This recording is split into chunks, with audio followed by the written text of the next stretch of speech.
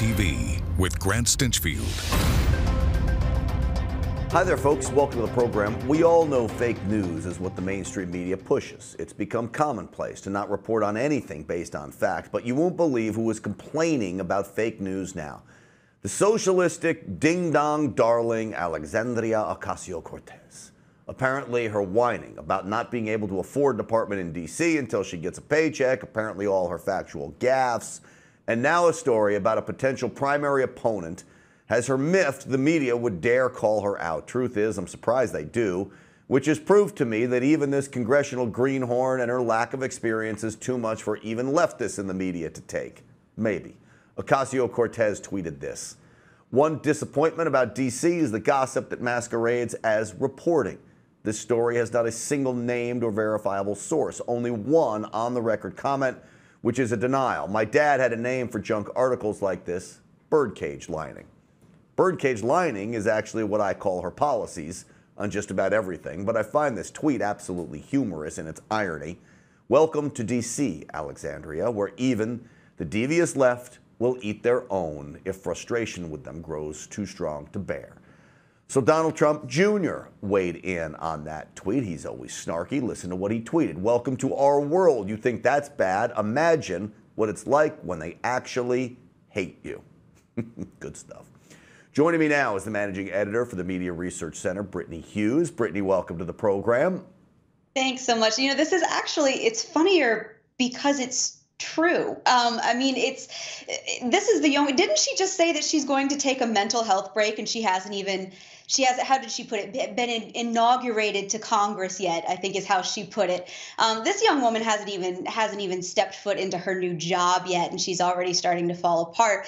And I think it smacks of her inexperience and, her youth for one, but she's got a lot to learn if this surprises her about DC. And basically, can I just point out too, her tweet pretty much described just about every story that's been written about the Trump administration since the man came to office. She basically just described the entire way that the media has treated him since even before day one. So she's got a lot to learn. I find this very funny, personally. Did she really say she needs a mental health break already? She did. She's going to do, I think she's going to go do some yoga is what she said. And she needs a breather to try to de-stress before she comes into Congress. I guess it's all that apartment hunting. I don't know. I've apartment hunted up in the DC area, and it can be stressful, but I didn't take a mental health break because I had to work a job. So, when apartment hunting is really stressful? When you don't have money to put down for a security deposit or down payment. That's when it can be really stressful. Pretty much like everybody is going to have to deal with after she gets her hands on our healthcare system. So that's going to be interesting. Nobody's going to be able to afford an apartment, much less in a place like D.C. So again, this young woman, she's said a million things that just open mouth, insert foot comments. Since day one, she has been saying things that are just completely factually errant. She completely misjudged the entire population of the United States at one point. She can't explain how she's going to pay for all of her socialist welfare programs.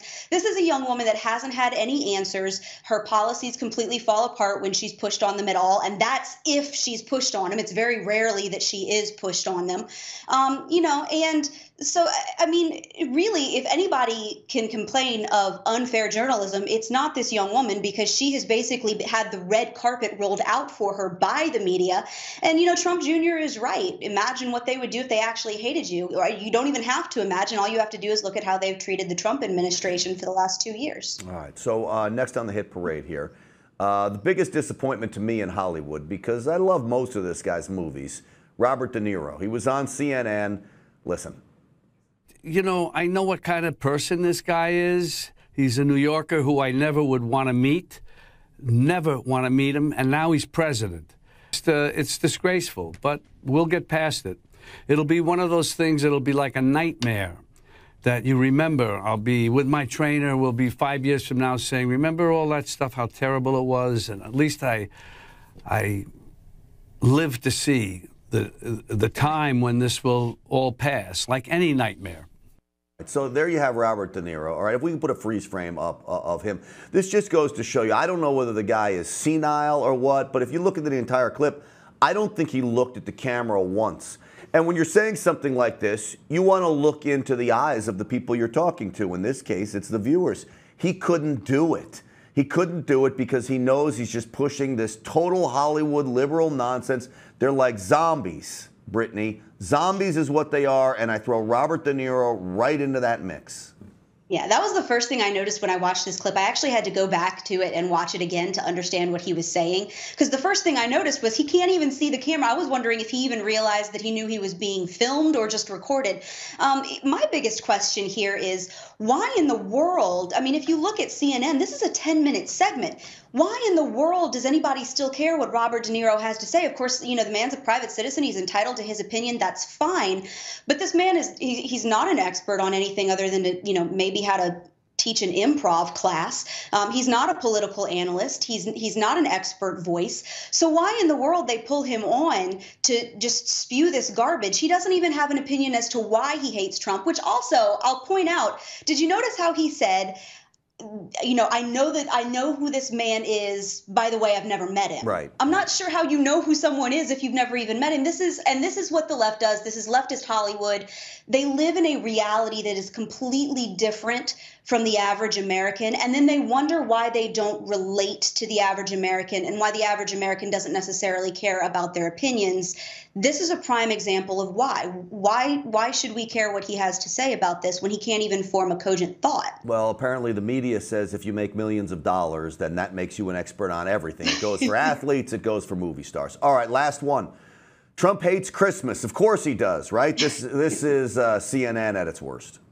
On to say that Christmas is about, I think they said, quote, the Lord Jesus Christ, and it's not about Donald Trump.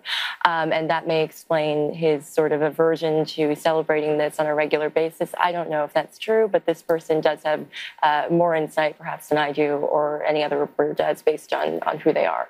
But it wouldn't surprise me to talk about Christmas all the time. I don't think he's not very good at staying on topic when the topic is not Donald J. Trump.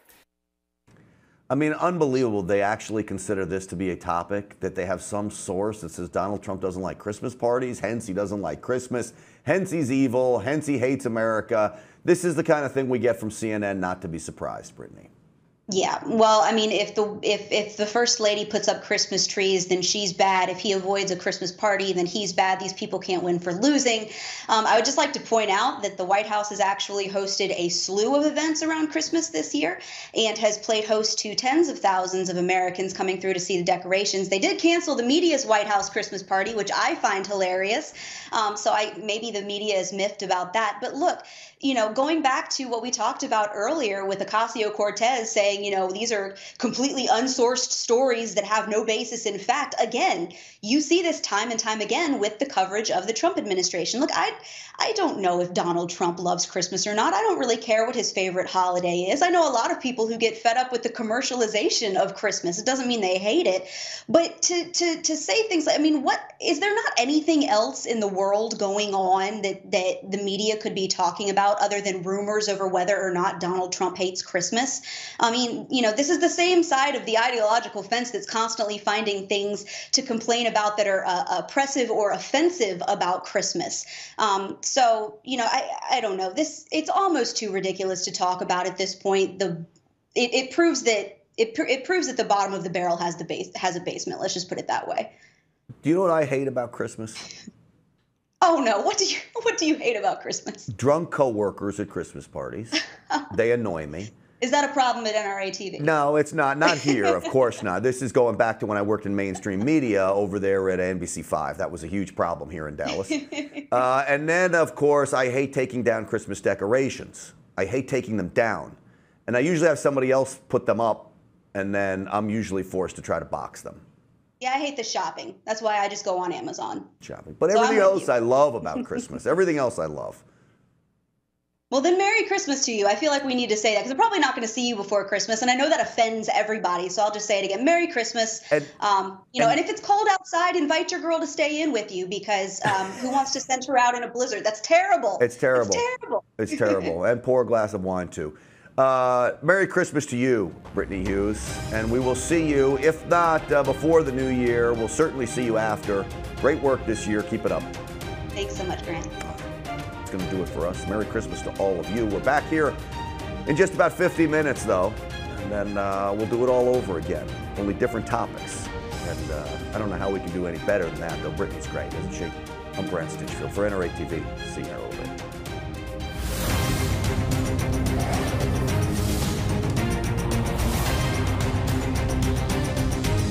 You're watching NRATV with Grant Stinchfield.